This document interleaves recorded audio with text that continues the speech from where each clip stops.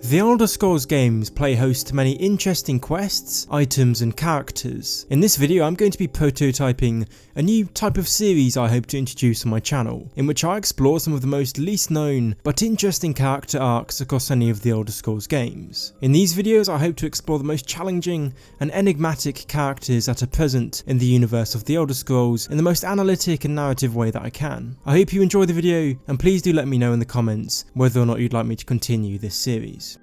The late Miraak era was a time of domination for the dragons of Skyrim. Ruling as gods, the dragons effectively enslaved the human population to, in part, serve their needs, but also to fulfill their own insatiable desire for domination. The dragons were both feared and venerated by their subjects, but in order to truly control the human population, the dragons needed men willing to work with them to oversee the kingdom, dragon priests. These priests were often worse than their overlords. If the dragons were gods, then the dragon priests were kings. It was the priests who set down the laws and codes of living, and in return for their service they demanded immense tributes from the men they ruled over. But not all dragon priests were evil or even domineering. Vahlok, meaning guardian, was a dragon priest who acted with such bravery in his time that he is said to have inspired courage in both men and dragon alike. Vahlok, who was later nicknamed the Jailor, was the priest who managed to single-handedly defeat the First Dragonborn Miraak in one of the most epic duels in history. This came after the Dragonborn had consorted with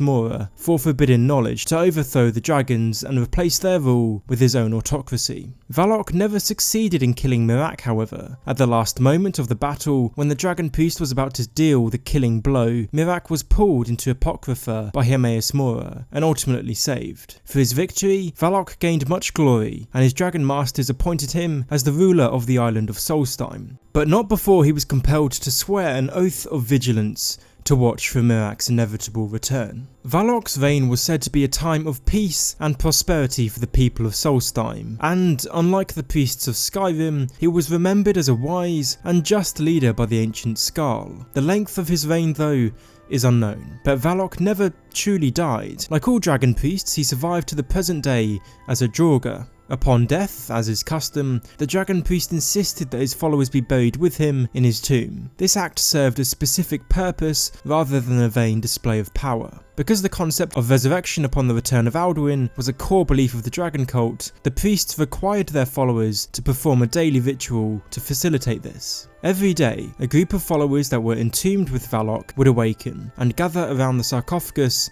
of their master. Here, they would prostrate themselves before it for several hours in prayer. During this time, an exchange of life force took place between the followers and the priest. This exchange sustained the dormant Vahlok until it was time for his resurrection. Once the ritual was complete, the followers meticulously cleaned the area and would return to their burial chambers. While resting, the drained life force would magically restore itself in the servants, ready for the next day. It is believed that the followers who were doomed to perform this ritual were initially buried as grown men and women, but over thousands of years they deteriorated into the Draugr that now fiercely guard their master. This sad tale is true of all Draugr in the dragon temples across Skyrim.